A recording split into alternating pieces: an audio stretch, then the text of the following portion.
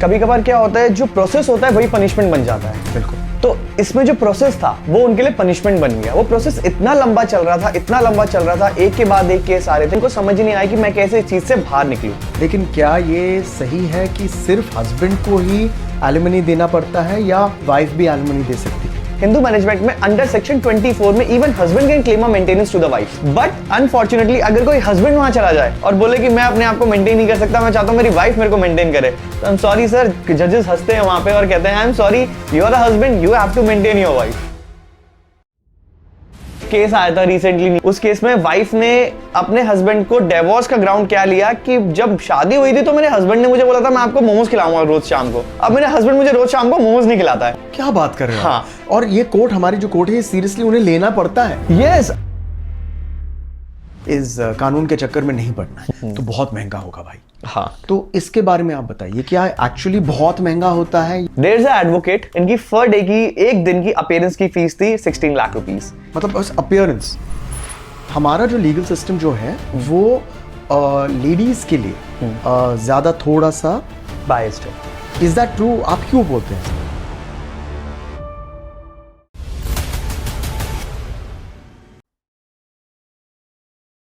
हाल ही में एक बहुत ही अनफॉर्चुनेट केस था अतुल जी का। इन्होंने कमिट सुसाइड किया था, उनके डिवोर्स के बारे में कुछ हुआ था। इसके बारे में जरा डिटेल में बताइए प्लीज। या so it was a very unfortunate incidents जो हुआ उनके साथ। उनकी फैमिली के साथ बहुत ज़्यादा डिस्प्यूट चल रहे थे, बहुत ज़्यादा केसेस चल रहे थे। डोमेस्टिक वायलेंस केस उनकी वाइफ ने उन पे फाइल कर रखा था, डाइवोर्स केस चल रहा था, उनका मेंटेनेंस केस चल रहा था। और समहाउ मेंटेनेंस उनकी वाइफ की नहीं लगी थी क्योंकि उनकी वाइफ ऑलरेडी अर्निंग थी। तो जो बच्चे के लिए मेंटेनेंस थी वो उनको पे करनी थी। अब इसमें प्रॉब्लम क्या हो रही थी, क्योंकि बहुत टाइम से ये केसेस चल रहे थे एंड अब उनको उस केसेस के लिए हर दूसरे दिन बैंगलोर से ट्रेवल करके यूपी जाना पड़ता था। And it's a very difficult task for anyone. अपनी जॉब छोड़ के अगर आप एक मंथ के अंदर 3 से 4 डेट्स भी लग रही हैं तो आपको 4 डेट्स पे वहां ट्रेवल करना it's very difficult for anyone. तो उनको बार बार ट्रेवल करके जाना पड़ रहा था and he has to pay a maintenance to the wife as well. Anyhow बच्चे के पास तो नहीं, वाइफ के पास ही मेंटेनेंस जाएगी। तो ये जो इंसिडेंट्स था, ये इस तरह से चलते हुए उन्होंने बहुत ज्यादा ट्राई किया कि वो इस चीज से बाहर आए, but somehow he doesn't feel right about it। उनको लगा कि क्योंकि इसके जजेस में भी उनको बहुत ज्यादा आया कि जजेस के ऊपर भी करप्ट चार्जेस लगे इसमें उन्होंने जो लगाए, तो it is very difficult to prove him in the court और बिकॉज ऑफ दैट इंसिडेंट्स और उन्होंने सुसाइड कमिट किया। आपको पर्सनली लगता है कि ये एक अनफेयर वर्डिक्ट था? नॉट अनफेयर वर्डिक्ट था। कभी कभार क्या होता है, जो प्रोसेस होता है वही पनिशमेंट बन जाता है। बिल्कुल। तो इसमें जो प्रोसेस था वो उनके लिए पनिशमेंट बन गया। वो प्रोसेस इतना लंबा चल रहा था, इतना लंबा चल रहा था, एक के बाद एक केस आ रहे थे कि वो उनके लिए पनिशमेंट बन गया। उनको समझ ही नहीं आया कि मैं कैसे इस चीज से बाहर निकलूं। बट देयर इज ऑलवेज, अगर वो उनको कंटेस्ट करते तो there is a high chances कि वो अपने आप को इनोसेंट प्रूव करके वो वहां से बाहर निकलते या म्यूचुअली सेटल करके वो मैटर खत्म हो सकता था। तो क्यों नहीं किया? तो may be because of wife pressures जो भी था उनकी तरफ से। उनकी एलिमनी ज्यादा डिमांड हो सकती थी कि वाइफ ने बोला मेरे को एक पर्टिकुलर अमाउंट की एलिमनी चाहिए, बट वो उनके पास इतनी कैपेसिटी नहीं थी कि वो उतना उनको पे कर पाए। So because of that reason also बहुत सारे मैटर्स जो होते हैं मैट्रिमोनियल वो इसी चीज पे सेटलमेंट नहीं हो पाते हैं। बट एलिमनी कौन डिसाइड करता है?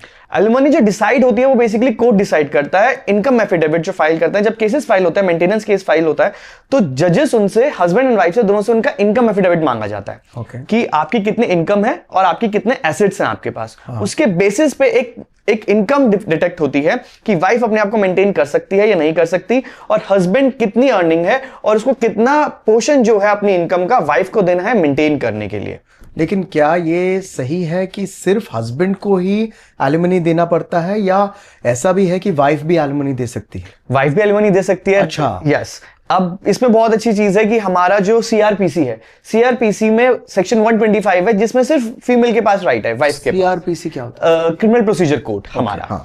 तो उसमें जो है वाइफ के पास राइट है that she can file a maintenance case under section 125। Now अब जब हम हिंदू मैरिज एक्ट में आते हैं, हिंदू मैरिज एक्ट में अंडर सेक्शन 24 में even husband can claim a maintenance to the wife. OIC। Yes, but unfortunately अगर कोई हस्बैंड वहां चला जाए और बोले कि मैं अपने आप को मेंटेन नहीं कर सकता, मैं चाहता हूं मेरी वाइफ मेरे को मेंटेन करे, तो आई एम सॉरी सर, जजेस हंसते हैं वहां पे और कहते हैं I am sorry, you are a husband, you have to maintain your wife. अरे लेकिन वो अगर कमाई नहीं है उनकी, अगर वो स्टेटस नहीं है और उनके पास अफोर्डेबिलिटी नहीं, तो वो कैसे करेंगे? इट्स जजमेंट, एक दिल्ली हाई कोर्ट की जजमेंट है जिसमें बोला गया husband has to beg borrow steal, you have to maintain your wife the day you get married, the wife is your responsibility.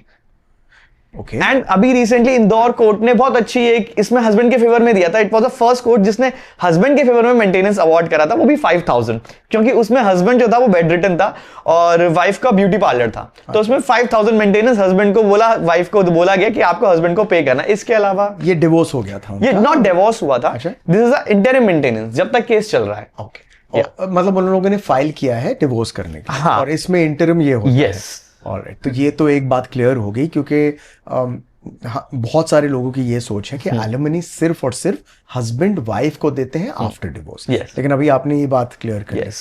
Well, आपके लॉ फर्म का नाम है न्याय नीति, Yes. राइट? और कॉन्ग्रेचुलेशंस, क्योंकि रिसेंटली हाल ही में Yes. आपका एक ग्राउंड ब्रेकिंग रूलिंग आपके फेवर में आया था। Yes. उस केस के बारे में हमें कुछ बताइए। तो ये केस जो था, ये तेलंगाना हाई कोर्ट से केस हमारे पास आया था। जब सुप्रीम कोर्ट में आप कोई भी केस फाइल करते हैं तो सम हाई कोर्ट से वहां से डिसमिस होना चाहिए, अगर वो रिट नहीं है, that is a different thing, will not go into this factual thing. तो इसमें क्या था, जब जो एफआईआर हुई थी, वाइफ ने एक एफआईआर रजिस्टर करी थी हस्बैंड की मदर, फादर, उनके 3 सिस्टर्स और उनके हस्बैंड के अगेंस्ट में। Okay. So in this false FIR, there's a 7 people got implicated. And उस हस्बैंड ने क्या किया था कि अच्छा एक मैट्रिमोनियल सब कुछ उनका चल रहा था, वाइफ सडनली कुछ डिस्कॉर्ड हुआ, वाइफ ने हस्बैंड को छोड़ दिया और वो कहीं चली गई बिना बताए। तो हस्बैंड ने एक जाके एफआईआर पुलिस स्टेशन में दे दी, एक कंप्लेंट दे दी कि मेरी वाइफ कहीं चली गई है, वापस नहीं आ रही है। तो पुलिस ने उसको ढूंढा, वाइफ आई, पुलिस ने उसको वाइफ को ढूंढ के पुलिस स्टेशन में लेके आए, दोनों को बिठाया, दोनों ने स्टेटमेंट लिखी। स्टेटमेंट में वाइफ ने ये लिख दिया कि मेरे हस्बैंड ने मेरे को इंक्वायरी करी क्योंकि मैं 10 दिन तक किसी लड़के से फोन पे बात कर रही थी, जिसके रीजन से मेरे हस्बैंड ने मुझे कुछ पूछा और मैं उसको छोड़ के चली गई। तो अब मेरा हस्बैंड मुझे बहुत अच्छे से रखता है, मैं अब ऐसा कुछ नहीं करूंगी, तो मैं साथ में रहना चाहती हूं। तो उसके बाद पुलिस ने उनको घर पे भेज दिया। फिर उसके 3 महीने बाद सेम चीज हुई, उसने फिर बिना बताए छोड़ के चली गई वो, और 2 बच्चे थे शादी से उनके, और वो दोनों बच्चे हस्बैंड के पास थे। अब वो हस्बैंड ने बच्चों को भी पाल रहा था, सब कुछ कर रहा था, अपनी फैमिली को भी देख रहा था। तो जब उसको लगा कि ठीक है, जब वाइफ नहीं आ रही है तो let's call for a mutual divorce, उसने एक लीगल नोटिस भेज दिया अपने एडवोकेट के थ्रू कि चलो एक म्यूचुअल डिवोर्स ले लेते हैं। The day she receive that legal notice, उसने उनके सबके ऊपर एफआईआर कर दी। क्यों? क्योंकि उसको केस आगे बढ़ाना था, उनको एलिमनी चाहिए थी, म्यूचुअल कंसेंट में एलिमनी नहीं मिलती। हाँ, तो इसलिए उसने प्रेशर बनाने के लिए फॉल्स एफआईआर करी। अब फॉल्स एफआईआर किसके अगेंस्ट में? सबके 7 नाम दिए। कौन कौन? मदर, उसके फादर एंड हस्बैंड खुद, और उनकी 3 सिस्टर्स, जो सिस्टर साथ में रहती भी नहीं, जो 250 किलोमीटर अवे जो उनके घर से रहती हैं, जो कभी आई भी नहीं उनके घर पे मैट्रिमोनियल होम पे, सबका नाम लिया। अब ये लोग क्वैशिंग के लिए हाई कोर्ट गए। जब भी, अब मैं बता देता हूं, जब भी कोई एफआईआर रजिस्टर होती है, वो एफआईआर सिर्फ हाई कोर्ट ही क्वैश कर सकता है। आप उसमें एफआईआर और क्वैश नहीं हो सकती, क्योंकि आप पुलिस के पास जाके बोलो एफआईआर होने के बाद कर दो, नहीं होगा, आपको हाई कोर्ट जाना पड़ेगा। तो सेम चीज उन्होंने करी, हाई कोर्ट गए। हाई कोर्ट में इनको एफआईआर क्वैश करने की जगह कोर्ट ने इनको बेल ग्रांट कर दिया और पुलिस को बोला कि आप इनको बेल दे दो और आप इनको टच मत, अरेस्ट मत करना। अब that client came to me कि सर हम तो हाई कोर्ट गए थे क्वैशिंग के लिए, एफआईआर खत्म करने के लिए, इन्होंने हमें बेल दे दी, कि पुलिस ने हमें, कोर्ट ने हमें बेल दे दी, और पुलिस तो हमें वैसे अरेस्ट नहीं कर रही थी क्योंकि there is a judgment of supreme court, आप नहीं अरेस्ट कर सकते मैट्रिमोनियल केस में। तो ऐसे ठीक है, लेट्स चैलेंज दिस ऑर्डर। हमने उसको चैलेंज किया ऑर्डर को, एंड फर्स्ट डेट पे वी गॉट अ नोटिस, क्योंकि सुप्रीम कोर्ट में बहुत मुश्किल होता है नोटिस भी इशू कराना। अच्छा। हाँ, क्योंकि नोटिस इशू मतलब कि आपको अपना केस एडमिट कराना। सर, हाँ, तो हमारा केस एडमिट हुआ, नोटिस हुआ दूसरी पार्टी को, स्टेट आई, स्टेट ने बोला ठीक है, they are joining the investigation, और कोर्ट ने सारी चीजें देखी। आई हैव क्लियरली मेंशन कि my lord kindly have that written statement which the wife has given in the police station. उसने बोला कि मैं किसी लड़के से बात कर रही थी and she is an adultery, she accepting it in the police station कि मैं अडल्टरी में थी। तो उसके बाद भी उसने, जब मैंने म्यूचुअल कंसेंट डिवोर्स के लिए बोला, उसने मेरे पे एफआईआर कर दिया और बच्चे मेरे पास हैं। तो जज ने मेरे से पूछा आप चाहते हो वापस रहना? मैंने कहा सर मैम कैसे रह सकते हैं, she is an adultery and she is not even coming to my home, और पिछले 3 साल से तो उसने मेरे बच्चों को भी नहीं पूछा। तो कोर्ट ने बोला ठीक है, लेट्स कॉल इट ऑफ, और फिर एक बहुत अच्छी जजमेंट उन्होंने दी, और जिसमें ये चीज बोला कि आगे अगर सिमिलर ऐसे केसेस फाइल होते हैं, the court has to be very careful while getting these kind of cases, and police को भी बहुत केयरफुल रहने के लिए बोला कि आप जब भी एफआईआर रजिस्टर करें तो you have to be very careful about that also. Correct. ये जस्ट अमेजिंग, लेकिन ये एक लैंडमार्क जजमेंट है। Yes, it's a landmark judgment. ये अगर मैं फिर से अतुल जी के केस के बारे में जा रहा हूं कि अगर ये लैंडमार्क जजमेंट उनके पासिंग अवे के बाद आया था, yes. तो अगर पहले आ जाता तो do you think there is any chance that Atul ji और उनके जो लीगल टीम है वो इसका एडवांटेज लेकर कुछ उनकी जान बचा सकते थे। इट्स अ हाई चांसेस कि ये जजमेंट को लेके अगर वो क्वेश्चन के लिए जाते सुप्रीम कोर्ट या हाई कोर्ट ही जाते और ये इस जजमेंट का एक बार मेंशन कर देते हैं। और nowadays there is a lot of judgment like this अब आ रही है धीरे धीरे, क्योंकि कोर्ट्स को पता लग रहा है कि कितना ये डाउरी लॉ मिसयूज हो रहा है। हाँ। और इस मिसयूज की वजह से जो एक्चुअल विक्टिम्स हैं उनको सफर करना पड़ रहा है बहुत ज्यादा। ओके या so now it is very difficult, क्योंकि अगर आप फेक फॉल्स केसेस फाइल करते हो तो it's very difficult to prove them in a court afterwards after some point of time. तो वो बहुत ज्यादा मुश्किल हो जाता है। और जो एक्चुअली में है, जिनके साथ हुआ है डोमेस्टिक वायलेंस, उनके अब इस केस की वजह से वो लोग बहुत ज्यादा डर गए हैं और वो कुछ नहीं कर पा रहे। यू नो एक प्रोटेक्शन होती है, उसका एक प्रीनप जैसा एक वर्ड होता है। यस वो क्या होता है कि इवन मैन और वुमेन एक दूसरे को प्रोटेक्ट कर सकते हैं इवन पोस्ट मैरिज। Yes. इसके बारे में थोड़ा सा बताइए, क्योंकि कोई इसके बारे में इतना कोई जानता नहीं। प्रीनप जो है अनफॉर्चुनेटली इंडिया में लीगल नहीं है। अब वो क्यों लीगल नहीं है, दैट इज द रीजन कि क्यों लीगल नहीं है। इसमें हमारी जो सोसाइटी है वो मैरिज को प्रो मैरिज रखती है कि हमें डिवोर्सेस नहीं चाहिए। बहुत, अगर आप पहले से देखेंगे तो बहुत कम डिवोर्सेस होते थे। तो Indian legal system yes encourages कि आप साथ में रहें, Yes. मैरिजेस को काम कराएं, Yes. और डिवोर्स ना लें। Yes. ये बहुत अच्छी सोच है, एग्जैक्टली है ना? तो अब इसे इम्प्लीमेंट कैसे किया जाता है और इसकी इम्प्लीमेंटेशन में क्या खोट है, Yes. अगर है? हमारे हिंदू मैरिज एक्ट कहता है मैरिज जो है वो सेक्रेट थिंग है। Sacred. और मुस्लिम मैरिज में चले जाओगे तो it is a contractual thing. अब सेक्रेट इसमें आ जाता है तो वो कहते हैं कि आपको डिवोर्स जब बहुत ज्यादा पॉसिबिलिटी है तभी आपको डिवोर्स लेना है। तो अभी प्रीनप्टल क्यों इसमें नहीं आता है? प्रीनप्टल में हम क्या करते हैं, हम एक एग्रीमेंट बनाते हैं। उस एग्रीमेंट में हम सारी चीजें लिखते हैं कि ठीक है, इन केस हमारे बीच में कोई डिस्प्यूट हुआ तो आई will give him this much of alimony, permanent alimony इतनी दूंगा, मंथली मेंटेनेंस में इतना दूंगा, ये मेरे पास एसेट्स हैं। आपको वो सारी चीजें उसमें लिखते हैं, पहले से ही डिसाइड हो जाता है। यस कि हम शादी में इतना खर्चा कर रहे हैं, कि लड़के की साइड से इतना खर्चा हो रहा है, लड़की की साइड से इतना खर्चा हो रहा है। इन केस ये शादी नहीं चलती है तो हम ये चीजें करेंगे। बट आप उस एग्रीमेंट से किसी चीज को बाइंड कर रहे हो, लीगल प्रोसीडिंग को बाइंड कर रहे हो। अब हमारा यहां पे आ जाता है section 28 of Indian contract act. ये क्या होता है? ये हमें ये बोलता है कि अगर आप कोई कॉन्ट्रैक्ट बना रहे हो जिससे आप कोई लीगल प्रोसीडिंग को बाइंड कर दे रहे हो तो वो एग्रीमेंट जो होगा नल एंड वॉइड हो जाएगा। तो फिर क्या फायदा? एग्जैक्टली तभी तो प्रीनप्टल एग्रीमेंट वैलिड नहीं है यहाँ पे। लेकिन मैंने सुना है कि पूरे देश में एक ही जगह है जहां पर प्रीनप पॉसिबल है और लीगल भी है, वो है गोवा। हाँ। ये क्यों है? गोवा में क्यों? एक मिनट, इसका मतलब है कि अगर आपको एक प्रीनप चाहिए तो आपकी शादी सिर्फ और सिर्फ गोवा में होनी चाहिए। Not exactly. नहीं, फिर समझाइए कि क्या है। आप अगर हिंदू मैरिज एक्ट में शादी कर रहे हैं, अब इसमें भी बहुत चीजें होती हैं। हिंदू मैरिज एक्ट में शादी कर रहे हैं या स्पेशल मैरिज एक्ट में शादी कर रहे हैं, अगर दोनों हिंदू हैं तो वो शादी आएगी हिंदू मैरिज एक्ट में। अगर एक मुस्लिम है एक हिंदू है तो वो शादी आएगी स्पेशल मैरिज एक्ट में। अगर दोनों मुस्लिम हैं तो ये मैरिज रजिस्टर होगी मुस्लिम मैरिज एक्ट में। तो ये अलग अलग सिनेरियो है जो क्रिएट करता है। अब हमारे हिंदू मैरिज एक्ट में प्रीनप्टल का कोई स्कोप ही नहीं, चाहे गोवा हो या दिल्ली हो या लखनऊ हो या मुंबई हो। यस, तो ऐसा कोई स्कोप नहीं का। सुन रहे हो भाई लोग, सब मेरे जो टीम है यहाँ पर ऐसे ऐसे बहुत ही इंटरेस्टेड है इस एपिसोड में, जैसे कि हमारे व्यूअर्स भी होंगे। तो आप प्लीज हमें कमेंट करके लिखिए कि आपके पास कोई सवाल है जो, और अगर आपके पास सवाल है तो आपका जो इंस्टाग्राम हैंडल है वो भी न्याय नीति न्याय नीति से भी है। और मैं खुद भी कंटेंट बनाता हूँ और एजुकेट करता रहता हूँ लोगों को इस चीजों के लिए रिगार्डिंग कि क्या चीज सही है क्या चीज नहीं है, क्या आप करें क्या ना करें। माय इंस्टाग्राम में एडवोकेट शुभम कुमार, तो उसमें मेरी प्रॉपर हम रील्स अपलोड करते हैं टू गाइड द पीपल कि ये चीजें आपके लीगल राइट्स है। और जो लीगल राइट्स सबको पता होने बहुत ज्यादा इंपॉर्टेंट है, जो आज की डेट में बहुत लोगों को नहीं पता है। क्या आप रिस्पॉन्सिव हो अगर कोई क्वेश्चंस हैं और आपको अगर डीएम करें आपके इंस्टाग्राम वगैरह में, तो आप रिस्पॉन्ड? यस। क्योंकि मैं इसलिए पूछ रहा हूँ क्योंकि बहुत सारे ऐसे सिटीजन्स हैं हमारे देश में, महिला और पुरुष दोनों, जो अपने बेसिक राइट्स नहीं जानते हैं और उसके बारे में मैं आपसे पूछूंगा and you will be shocked. So wait till the end of this episode, उसके बारे में मैं आपसे पूछूंगा। लेकिन अगर जेनरिक क्वेश्चंस हैं तो वो आप तक पहुंच सकते हैं। ऑलराइट, अब इतने सारे केसेस आपने देखे हैं और आपके जो ग्लिंट है, एक थोड़ी सी नॉटी ग्लिंट है, स्माइल है, कुछ ऐसे फनी मैरिज और उसके आसपास सेपरेशन डिवोर्स वाले केसेस, फनी तो नहीं होते, बहुत ही सैड होते हैं, लेकिन कुछ ऐसा इंसिडेंट जो आपने सुनकर थोड़ा सा आप हंस गए? हाँ मतलब एक नहीं, बहुत सारे इंसिडेंट्स होते हैं। अरे बताइए प्लीज। अब जैसे एक केस आया था रिसेंटली, न्यूज में चल रहा था बहुत ज्यादा केस।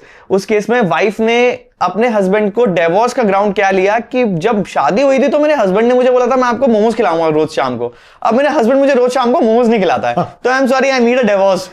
ये एक रीजन लिया उन्होंने एक डिवोर्स लेने का। क्या बात करें। एग्जैक्टली ये it is a ground of a divorce, उन्होंने लिया ये चीज। और हो गई डिवोर्स? नहीं अभी चल रहा है, it is one of the ground. Now they have to prove कि ठीक है वो मोमोज खिलाता है या नहीं खिलाता। सॉरी। एंड अनदर इंसिडेंट, एक और ऐसा केस था जिसमें शादी से पहले डिसाइड हुआ था, उन्होंने कपल ने डिसाइड किया कि ठीक है, वाइफ ने बोला कि मेरे हस्बैंड ने मुझे बोला था शादी के बाद हनीमून में मुझे गोवा लेके जाएंगे, बट इंस्टेड ऑफ हनीमून के लिए मेरे को गोवा लेने की जगह ये मेरे को अयोध्या ले गए। So that is another reason of taking a divorce. क्या बात कर रहे हैं। या they are taking this reason. जो मोमोज का केस है, ये मतलब शादी के कितने महीने साल बाद हुआ ये आई थिंक 6 मंथ में ही विद इन हो गया था। 6 मंथ में उन्होंने एक डिवोर्स फाइल कर दिया था कि मोमोज नहीं खिलाते हैं, प्रॉमिस किया। यस प्रॉमिस किया तो था। ऐसे भी ग्राउंड पे होता है? ये एक सिमिलर सिर्फ एक ग्राउंड नहीं होता है, ग्राउंड्स और भी होते हैं, बट ये एक ग्राउंड ले लेते हैं कि ठीक है ये हमारा एक ग्राउंड है। सेम इंसिडेंस था कुरकुरे का भी एक था। क्या क्या क्या? कि मुझे कुरकुरे नहीं खिलाते हैं। क्या बात कर रहे हो? हाँ। और ये कोर्ट, हमारी जो कोर्ट है, ये सीरियसली उन्हें लेना पड़ता है। यस अगर कोई उनके पास केस आया, they are bound by law, they have to listen to this queries कि ठीक है क्या फैक्ट्स हैं क्या नहीं है। आप अभी गूगल करेंगे इस चीज को, सारी चीजें आएंगी गूगल में कि Kurkure reason of divorce, momos reason of divorce, Ayodhya, Goa, it is not Google. My god, but hats off to our legal system. Yes. कि हर चीज को ये ड्यू डिलिजेंस और यस कानून अंधा होता है। Yes, right, exactly. Wow that's amazing. अच्छा मुझे बताइए कि आप ऑब्वियसली एक बहुत ही सक्सेसफुल एडवोकेट हैं, आपकी बहुत ही अच्छी लॉ फर्म भी है। जो मेन आपका पर्पस है वो सिटीजन्स को एडुकेट करना है उनके बेसिक लॉज एंड राइट्स के बारे में, जिसके बारे में बहुत सारे लोग जानते नहीं हैं। प्लीज कीप वॉचिंग, क्योंकि इस एपिसोड के नियरली 5-10 मिनट के अंदर हम आपको ऐसे 5 या लॉज बताने वाले हैं which you must know, and you don't know तो आप ट्रबल में पहुंच सकते हैं। Yes. बट आप अपनी जर्नी के बारे में बताइए। हाउ डिड यू नो कि आप लॉयर बनना चाहते थे? Actually I am an accidental lawyer आप कह सकते हैं। अच्छा। Yeah so I have some of the plan, I have the plan of join Indian army. Yeah so army से अलग होते हुए मैंने स्टार्टिंग से 7th क्लास है, I was in air force school, तो from 7th class I am very need to join Indian army. मैंने NDA दिया, एनडीए 11th-12th में एनडीए दिया, नहीं हो पाया। Then afterwards I give CDS I think 7-8 times, then नहीं हुआ। Then I switch to law, and जब मैंने लॉ स्टार्ट किया तो मुझे लॉ बहुत ही इंटरेस्टिंग लगा। अच्छा। बहुत ही ज्यादा इंटरेस्टिंग लगा। लॉ के बाद एक आपकी डायरेक्ट एंट्री होती है इंडियन आर्मी में, जो आपको सीधा इंटरव्यू देने जाना होता है। या सो मैंने वो भी दिया। I have given 4 SSBs। सो वहां पे SSB में पूरा 5 डेज का इंटरव्यू होता है। I went there, I give 5 days test वहां पे, बट अनफॉर्चुनेटली वहां पे थोड़ा सा नहीं हो पाया, तो वहां से भी मेरे को जब रिजेक्शन मिली, then I decided that okay this is the thing, I have to do this litigation, and I have got many appreciation for my argument skills as well in courts, when I was a law student in moot courts में भी मुझे बहुत ज्यादा appreciation मिला arguments के लिए कि you did very well argued, and I think इस एज में arguing in the Supreme Court बहुत ज्यादा ही मेरे लिए खुद के लिए achievement है, क्योंकि आज की डेट में सबको वकील और डॉक्टर ऐसा चाहिए जिसके बाल सफेद हो। तो दैट इज द थिंग कि अगर कोई मेरे पास भी आता है तो sir you are too young, inexperience ऐसा। Yes, लेकिन आपके जो आप अभी जो आपकी लॉ फर्म ने, हाँ जी, न्याय नीति Yes. जो आपकी लॉ फर्म है, एक लैंडमार्क जजमेंट आपने Yes, जीता है। indeed. उससे तो बहुत फर्क हो गया। बहुत तो ज्यादा। काले बाल या ग्रे बाल उसका कोई फर्क नहीं है, लैंडमार्क जजमेंट। यस, बिकॉज बहुत सारे एडवोकेट्स ऐसे हैं जिनके पास रिपोर्टेबल जजमेंट्स नहीं होती, and at this stage of my career, और अभी एक reportable judgment at this stage and practising the supreme court, arguing my own cases, like I don't have any senior कि मैं जिसको सीनियर को खड़ा करके या मैं उनसे आर्ग्यूमेंट कराता हूं, खुद आप जाते हैं। खुद मैं आर्ग्यू करता हूं। I have a constitutional matters as well. Anglo Indians का मैटर्स है, उनके कॉन्स्टिट्यूशन वैलिडिटी हमने चैलेंज कर रखी है सुप्रीम हाई कोर्ट में, वो मैटर चल रहा है। हमारे पास एक हमारे सीपीसी में रिव्यूज होते हैं, कॉन्स्टिट्यूशनल होता है कि रिव्यू मेंटेनेबल है या नहीं है, उस चीज पे हमारे सुप्रीम कोर्ट में मैटर्स चल रहे हैं। तो ऐसे बहुत सारे डाइवर्स आपके पास Yes, केसेस हैं, exactly. Not in, but coming back to this, क्योंकि आपका जो मेन एम है Yes. वो है कि जेंडर न्यूट्रलिटी हो Yes. हमारे लीगल सिस्टम में। यस, आपका ये पर्सनल पॉइंट ऑफ व्यू है कि हमारा जो लीगल सिस्टम जो है वो लेडीज के लिए ज्यादा थोड़ा सा बायस्ड है। Is that true? आप क्यों बोलते हैं ऐसे? इट इज ट्रू समहाउ, क्योंकि बहुत ज्यादा इंक्लाइंड है वुमेन की तरफ हमारा लॉ। अगर आप कहीं भी चीज में देखें, अगर आप डोमेस्टिक वायलेंस उठा के देख लें, डोमेस्टिक वायलेंस में सिर्फ women he is a aggrieved person, आप वहां पे मेल को नहीं रख सकते। लेकिन मैं अगर आर्ग्यूमेंट करूं आपके साथ, just to kind of counter, yes कि आप एक नेचर से ही देख लीजिए, कि फिजिकलिटी से देख लीजिए, जो मेन जो होते हैं यूजुअली फिजिकली उनका जो साइज है, स्ट्रेंथ है, वो फिजिकली वुमेन से ज्यादातर ज्यादा होता है। Yes. तो वो डोमेस्टिक वायलेंस में ये तो ऑब्वियस बात हो गई है कि वुमेन हैव अ डिसएडवांटेज, तो उसके तौर से शायद लॉ लिखा होगा कि इट शुड, ये मैं एक आर्ग्यूमेंट कर रहा हूं आपसे। एक आपको फनी इंसिडेंस बताता हूँ इसी चीज को लेके। आप बोल रहे हैं कि ठीक है वाइफ, अगर हम फिजिकली उनको देखें तो ज्यादातर हाँ। तो अभी रिसेंटली हमारे पास एक डिवोर्स केस आया था, उसमें हस्बैंड ने एक वीडियो रिकॉर्ड करी थी, वाइफ उसमें अपने आप को मार रही है और उसके सर से खून निकल रहा है, और वो हस्बैंड को ये बोल रही है अब मैं तेरे को फंसाऊंगी, तू देख अब मैं क्या करती हूं। And we have put this video on record in court. Another case जहां पे वाइफ ने, एक हस्बैंड वाइफ थे, दोनों घर में साथ में रह रहे थे, कुछ डिस्प्यूट हुआ, अलग अलग रह रहे थे, बच्चा भी था। हस्बैंड ने बच्चे को लिया, स्कूल से लिया, क्योंकि बच्चे को मिलने नहीं दे रही थी, बच्चे को लिया स्कूल से और बच्चे को लेके कहीं चला गया, वहां पे रह रहा था। जब पुलिस स्टेशन में उसकी वाइफ गई और लड़के को बुलाया गया, हस्बैंड को बुलाया गया, we are from the husband side, हम वहां गए, उस हस्बैंड की इतनी हिम्मत नहीं हुई कि अपनी वाइफ के सामने आके खड़ा हो जाए। उसने बोला कि सर कुछ भी हो जाए मैं अपनी वाइफ को फेस नहीं कर सकता, ये मुझे बहुत मारती है रूम के अंदर, I am sorry, I can not sit here for once. आपको बच्चा, क्या प्रूफ था? उनका प्रूफ यही था कि मेरे को मारती है, और वाइफ ने बोला कि मैं तो कुछ भी नहीं करती। एंड ही सेड, आप उसकी, ये तो बात हो गई ना, उन्होंने कहा नहीं, आप उसकी शक्ल देख लेते ना, वहां पे हम सब पुलिस वालों के साथ, रात को मेरे ख्याल से 12 या 1 बज रहे थे, हम वहां पे उस हस्बैंड के साथ, उसके वो बैठे हुए थे हस्बैंड के साथ, and we are just requesting him कि बच्चा कहां है बता दे। तो उसने बोला ठीक है मैं बच्चा बता दूंगा, बट आप मेरे को मेरी वाइफ के साथ वापस नहीं भेजोगे।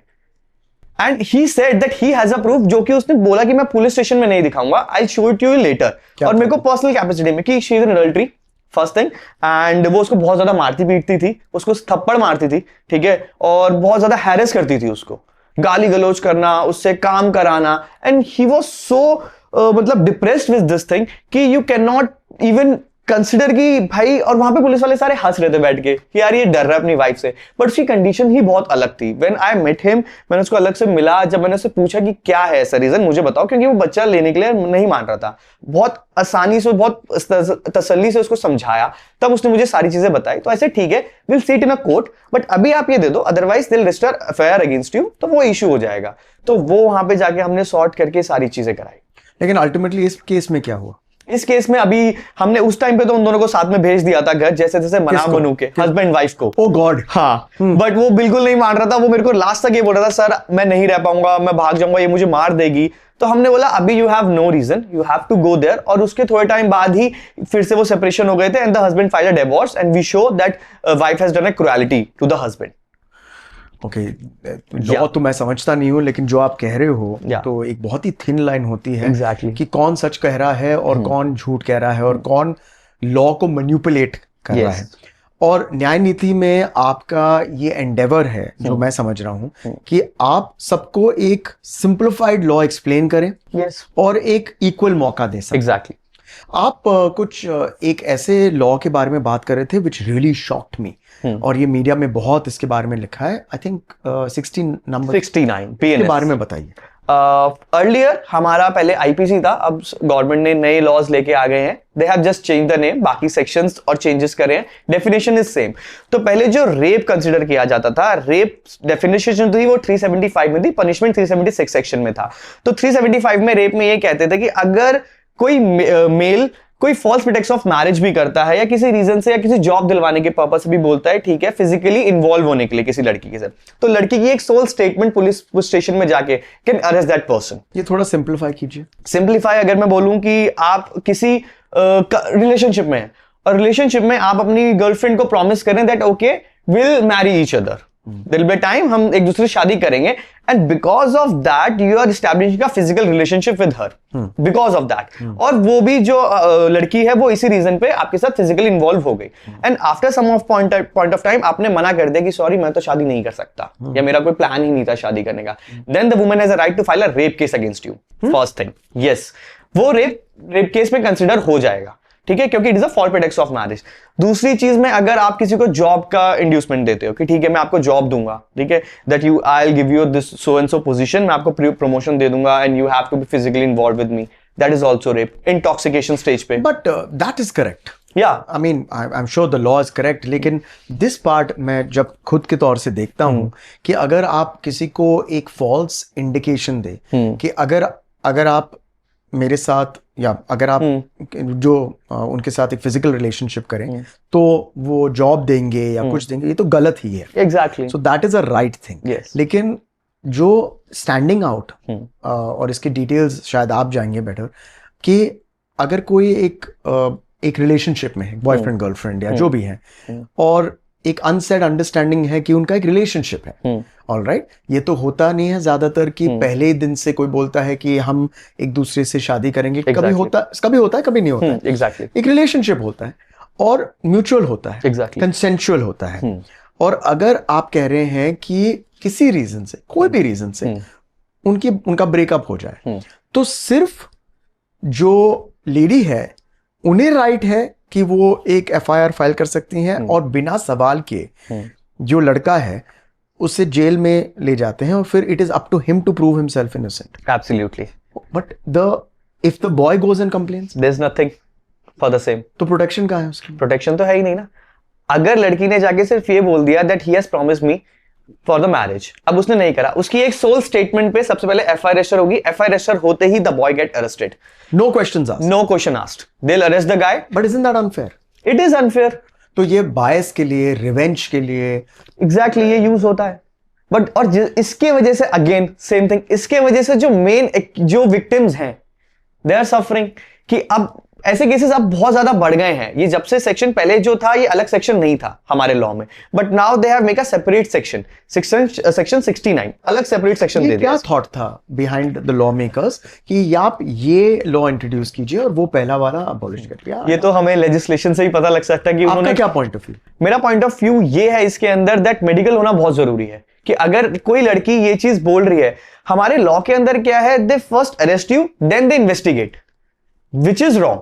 ये मेरा पॉइंट ऑफ व्यू है कि आप पहले अरेस्ट कर लेते हो फिर आप इन्वेस्टिगेट करते हो, rather than you have to first investigate then arrest that person. आपको ये चीज होना बहुत ज्यादा जरूरी है, बट जो हमारे लॉ में नहीं होता है। हमारे में पहले अरेस्ट कर लेंगे, वो लड़का 3 महीने 6 महीने जेल में रहेगा, पुलिस अपनी इन्वेस्टिगेशन करती रहेगी, आप बेल लगाते रहो, आपकी बेल डिसमिस होती रहेगी, क्योंकि रेप में इतनी जल्दी बेल नहीं मिलती है। इधर Supreme Court will grant you bail और हाई कोर्ट, डिस्ट्रिक्ट कोर्ट से कभी आपको बेल नहीं मिलेगी रेप केसेस में। Now he has to prove that it was a consensual, कि कंसेंट था, दोनों के साथ दोनों का कंसेंट था, उसके बाद ही आपको वो बेल मिलेगी। तब तक वो जो एक इनोसेंट लड़का है वो एक क्रिमिनल बन चुका होता है जेल के अंदर। और इस टाइम पे 80% लोग ऐसे हैं जो अंडर ट्रायल हैं जेल्स के अंदर, and they are not even aware about the legal rights कि उनको बेल भी लगानी है, they are just in the jail. और कभी हमें visit will come to that, वो basic rights will come to that, but very clearly मैं एक पॉइंट कहना चाहता हूं कि मेरे हिसाब से जो रेप है या जो नॉन कंसेंशुअल फिजिकल रिलेशनशिप है, वो विमेन के लिए बहुत बुरी होती है चीज। और it is a good thing that I think you will agree कि हम एक ऐसे महान देश में रहते हैं, एक महान लीगल सिस्टम में रहते हैं जहां पर विमेन्स राइट को बहुत ही सीरियसली लेना चाहिए। मैं ये समझ रहा हूं कि आपका स्टांस ये है कि ये करेक्ट है, लेकिन इसके साथ साथ इन लॉज को मिसयूज नहीं किया जाना चाहिए। अब ये आपके हाथ में नहीं है, लेकिन आपके हाथ में ये है कि जैसे आपने पकड़ा कि अगर कोई गलत कर रहा है तो आप उसे एथिकली आप तो इसमें हमारे पास भी बहुत ज्यादा केसेस आते हैं कि वुमेन साइड से भी आते हैं, मेल साइड से भी आते हैं। तो वहां पे अभी हमारे पास एक केस है, बहुत जेन्युइन केस है, that girl was pregnant when she came to me and we filed a case against her husband, and now that case is going on and it was a genuine domestic violence case उनके साथ हुआ। और ऐसे cases जो आते हैं, अब इन cases की वजह से जो फॉल्स होते हैं, इस केसेस की वजह से कोर्ट्स जो होता है वो इन ऐसे एक्चुअल केसेस को ना बहुत ज्यादा लाइटली लेना शुरू कर देते हैं। They will not give proper hearing to the cases. So क्या are you trying to say that it is more bending and partial towards, आप क्या कह रहे हैं? It's a more partial towards the wife side, that is true, कि courts थोड़ा laws जो है वो थोड़ा पार्शियल है, बट नाउअडेज इतने ज्यादा केसेस आ रहे हैं, और क्योंकि मिसयूज के केसेस, फॉल्स केसेस ज्यादा आ रहे हैं, तो आप उस पर हाईलाइट करना है। यस, कि rather than actual cases. Unfortunately आजकल बहुत कुछ हो रहा है कि अवेयरनेस जो हुआ है सेक्सुअल एक्ट्स के बारे में, हरासमेंट एट वर्क प्लेस, ये सब के बारे में हो रहा है, और लोग आगे आकर इसके बारे में बात भी कर रहे हैं। yes. अमेरिका में एक बहुत ही बड़े टाइकून थे वहाँ के फिल्म इंडस्ट्री के, हार्वी वाइनस्टाइन आई थिंक, और उन्होंने बहुत लोगों को इंटिमिडेट किया था, बहुत लोगों को इंटिमिडेट किया था और सेक्सुअली उनको यूज किया था, बड़े बड़े एक्ट्रेसेस के साथ। 10, 15, 20 साल के बाद उन करीबन आई डोंट नो कितने 50-60 वुमेन आकर वो सेक्सुअल हरासमेंट के बारे में उन्होंने लोगों से बात की, उनके अगेंस्ट फाइल किया केस। मैं ये कहने की कोशिश कर रहा हूं कि आज हमारे देश में भी ऐसे बहुत सारी लेट्स से औरतें हैं जो 20 साल पहले, 10 साल पहले उनके साथ कुछ हुआ था। यूजुअली एक फैमिली मेंबर ही करता है, वो ट्रॉमा हो जाता है, लेकिन वो चुप बैठे थे। अब 10 साल के बाद, 20 साल के बाद कुछ हो गया और उन्होंने कहा कि ये हुआ, उनको लॉ कैसे सपोर्ट करेगा? इस चीज में आप क्या कर सकते हैं, आप you have a full right to file a case against them 20 साल के बाद। Yes, you can. It's not like that कि आपके साथ कोई क्राइम हुआ, क्योंकि एक हमारा लॉ ये कहता है जो क्राइम होता है वो एक सिर्फ आपके साथ तो हुआ है, साथ में एक सोसाइटी के अगेंस्ट भी हुआ है। जैसे रेप हो गया, मर्डर हो गया, या ऐसे कोई भी केसेस हो गए जो हीनियस क्राइम्स होते हैं, तो वो सिर्फ एक इंडिविजुअल के साथ नहीं होता, उसका इंपैक्ट पूरी सोसाइटी को होता है। तो वो सोसाइटी को पड़ता है, तो उसमें जो एक्यूज्ड है they have to be punished, otherwise they will repeat the same thing again. And बहुत केसेस में ऐसा होता है जहां पे वुमेन्स चुप होती हैं, वो नहीं बोलती हैं, वो सेम चीज होती है, रिपीट होती है, जब तक उसको बोला नहीं जाता या उसके अगेंस्ट में आवाज नहीं उठाई जाती। ये तो हो गई राइट और रॉन्ग की बात, ये तो ऑब्वियस सी चीज है, लेकिन ये प्रूव कैसे होगा? क्योंकि 20 साल पहले अगर किसी ने कुछ किया है, तो सबसे पहला सवाल जो लोग पूछते हैं कि 20 साल से तो आप चुप रहे, क्यों? अब कैसे प्रूव करोगे? तो अगर आपने ऐसे केसेस देखे हैं, आपने ऐसे केसेस देखे हैं, अगर आपने ऐसे केसेस देखे और हैंडल किए हैं, इसमें जो जस्टिस, ट्रू जस्टिस है, वो परसेंटाइल कितना है? इन केसेस में एक लड़की की एविडेंस, एक स्टेटमेंट ही बहुत ज्यादा प्रूफ कर जाती है केस को। ऐसा नहीं होता है कि लड़की ने सिर्फ बोल दिया कि मेरे साथ हुआ है और वो एस्टैब्लिश हो जाता है कोर्ट में। उसको एस्टैब्लिश करना भी क्रॉस एग्जामिनेशन में आके ही होता है। लड़की ने बोला मेरे साथ हुआ है, अब लड़की की वो जो सोल स्टेटमेंट है that can prove that guy guilty. Yes, अब पहले उनकी स्टेटमेंट रिकॉर्ड होती है, 161 के स्टेटमेंट्स रिकॉर्ड होते हैं। जब आप पुलिस कंप्लेंट करते हो, मजिस्ट्रेट आपकी स्टेटमेंट रिकॉर्ड करता है। आफ्टरवर्ड्स वो स्टेटमेंट रिकॉर्ड होने के बाद आगे जाके आफ्टर मे बी 6 months और 1 year वो सेम चीज आपको दोबारा से पूछी जाती है एविडेंस में, और उसके बाद जो स्टेट का काउंसिल होता है वो आपको क्रॉस एग्जामिनेशन करता है। अच्छा, आपके साथ ये हुआ था? हाँ जी हुआ था। कब हुआ था? इस डेट को हुआ था। तो आपने पहले क्यों नहीं रिपोर्ट किया? क्योंकि पहले ये रीजन था, मैंने नहीं रिपोर्ट किया। तो आपने सडनली अब क्यों सोचा रिपोर्ट करने के लिए? तो उस चीज में एक काउंसिल का रोल होता है कि कैसे अगर वो झूठ बोल रही है तो उसका झूठ बाहर निकालना, और कैसे उसका अगर वो सच बोल रही है, अगर वो सच बोल रही होगी तो वो जो बोलेगी वो प्रूव हो जाएगा। अगर वो झूठ बोल रही है तो वो कहीं ना कहीं गलती करेगी अपने क्रॉस एग्जामिनेशन में और वो झूठ प्रूफ हो जाएगा।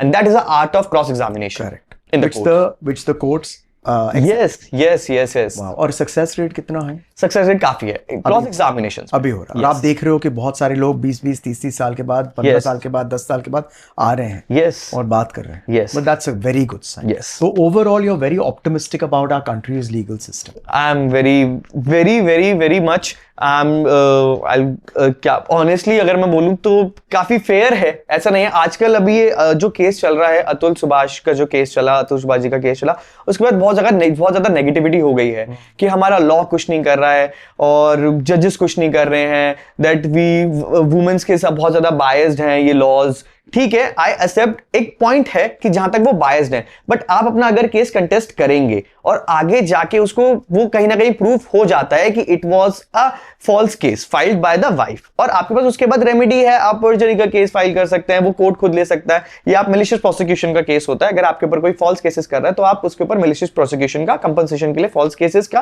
कंपनसेशन ले सकते हैं। तो गिव अप नहीं करना है। आजकल सबने गिव अप कर दिया कि ठीक है, अगर मेरी वाइफ ने केस फाइल कर दिया तो अब कुछ नहीं है, लॉ मेरे साथ नहीं देगा, I am just giving up, मैं कुछ नहीं कर सकता। ऐसा कुछ नहीं है।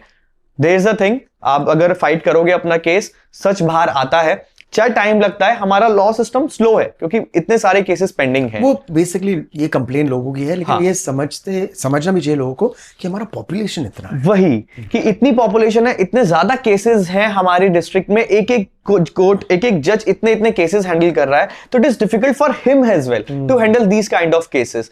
तो उनके लिए भी डिफिकल्ट है। तो अगर सबको लग रहा है कि नहीं मेरा केस, क्या होता है हस्बैंड्स को या वाइफ्स को क्या लगता है कि अगर मेरे पास कोई एविडेंस है तो फर्स्ट डेट पे मैं सारा एविडेंस देके मेरा केस खत्म हो जाए। No, I am sorry, it's procedure होता है जो कोर्ट्स को भी फॉलो करना पड़ता है। आप पिटीशन फाइल करेंगे, रिप्लाई आएगा, एविडेंस आएगा, क्रॉस एग्जामिनेशन होगा, चीफ होगा, क्रॉस होगा, पूरा प्रोसेस होता है जो फॉलो होता है, वो लास्ट में आगे फाइनल आर्ग्यूमेंट। और न्याय नीति में ये आपका एंडेवर है। यस, कि हम कभी क्लाइंट से, जो भी मेरे पास भी क्लाइंट्स आते हैं, ऑब्वियसली मैं क्लाइंट्स को हमेशा बोलता हूँ कि ठीक है इतना टाइम लगेगा, because dates are not in my hand.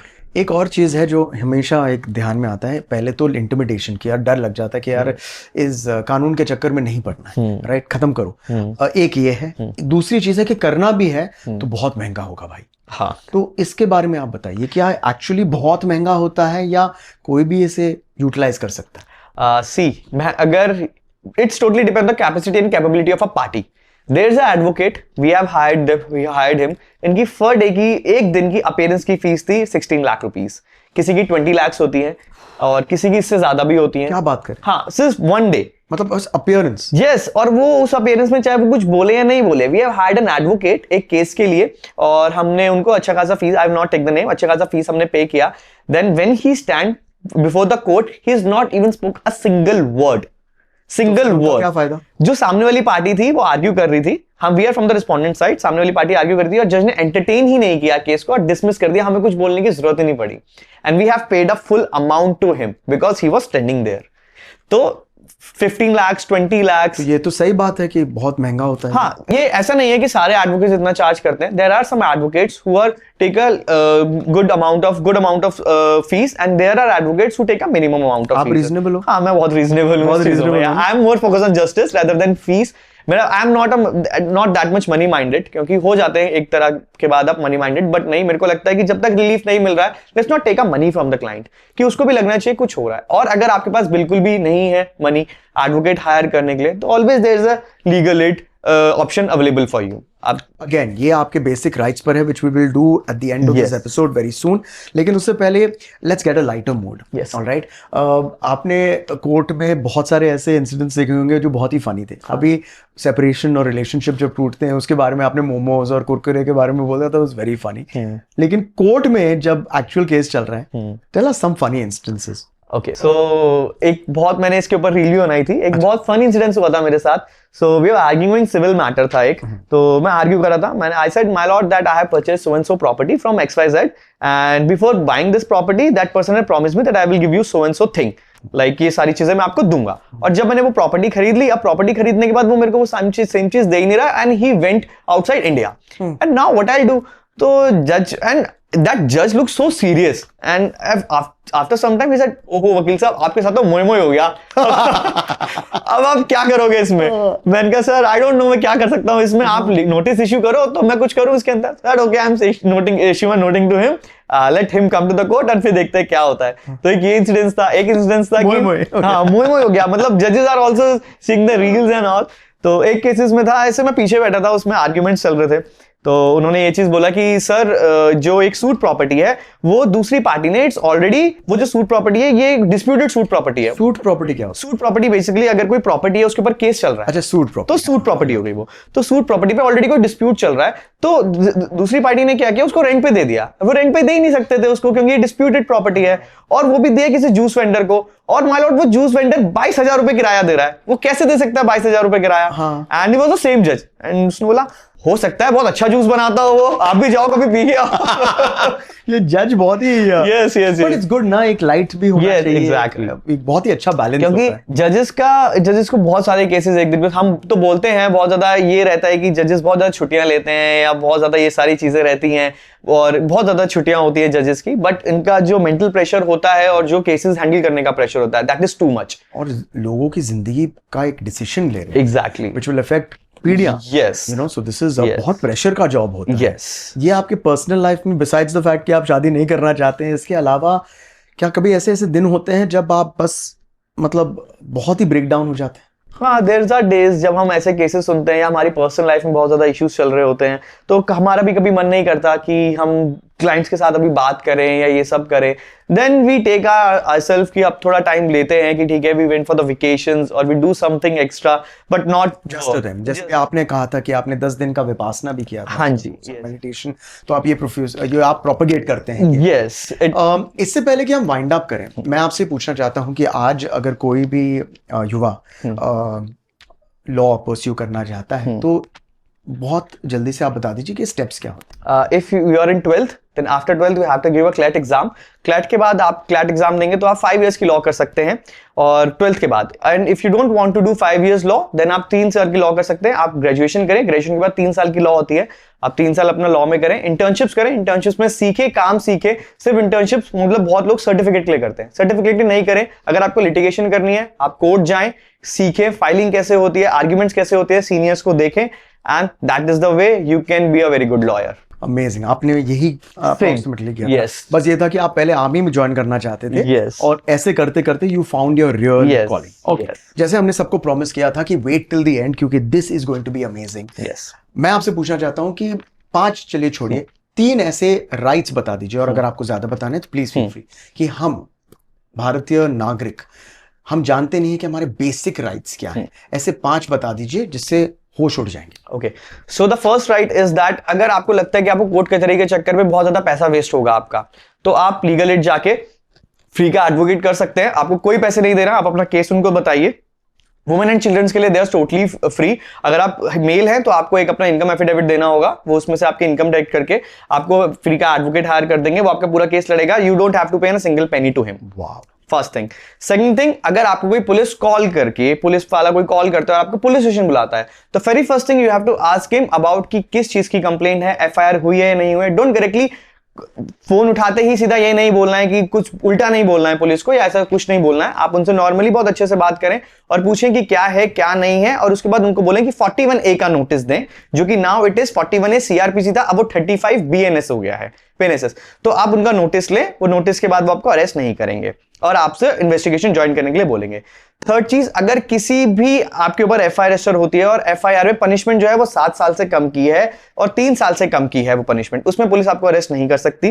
They will ask you to join the investigation. आप जाएं, इन्वेस्टिगेशन ज्वाइन करें, आपको बेल लेने की जरूरत नहीं है। और नॉर्मली आप कोई भी पुलिस आपको हाथ नहीं लगा सकती, बट अगर आप इन्वेस्टिगेशन ज्वाइन नहीं करते तो पुलिस कैन अरेस्ट यू।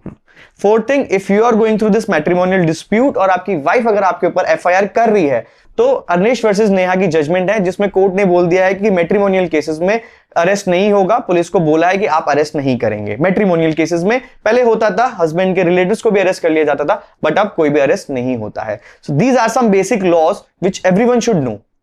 वाह। और आपने, दिस इज अमेजिंग फर्स्टली, और आपने एक चीज भी बोला था कि अगर कोई 5-5 साल 7-7 साल से बेगर जेल में है, यस यस, तो यस, वो बताइए। तो अगर आप किसी एफआईआर के अंडर किसी में आप जेल में हैं, आपका कोई रिलेटिव जेल में है, कोई है, तो सबसे पहली चीज 90 दिन का टाइम मिलता है पुलिस को उसमें चार्जशीट फाइल करने के लिए। अगर पुलिस 90 दिन के अंदर चार्जशीट फाइल नहीं करती है तो आपको डिफॉल्ट बिल मिल जाएगी। फर्स्ट थिंग, आप बेल के लिए अप्लाई करें।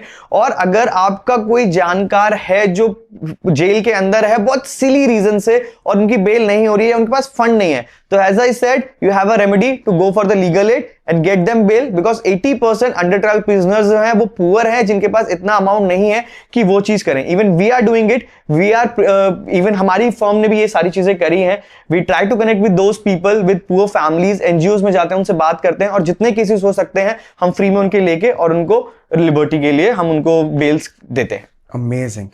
यू नो, जाते जाते मैं ये कहना चाहूँगा कि मैं हमारे देश के लीगल सिस्टम का बहुत बहुत सम्मान करता हूँ। Yes. मैं हमारे देश के पुलिस फोर्स का बहुत सम्मान करता हूँ और बहुत इज्जत भी करता हूँ।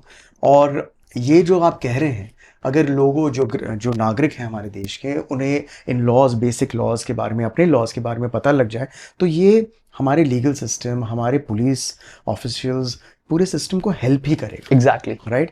हाँ, हम ऐसे परफेक्ट सोसाइटी में कभी नहीं रहेंगे जहां पर कोई किसी लॉ का मिसयूज नहीं लेगा।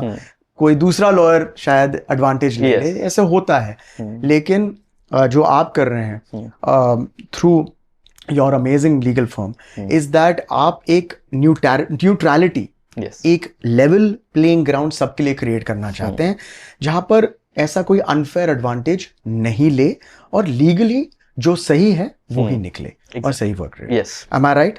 जाते जाते हमारे व्यूअर्स को आप कुछ लास्ट मैसेज देना चाहेंगे? Yes, so I totally understand the justice is slow in our country, but you don't have to be quit on it.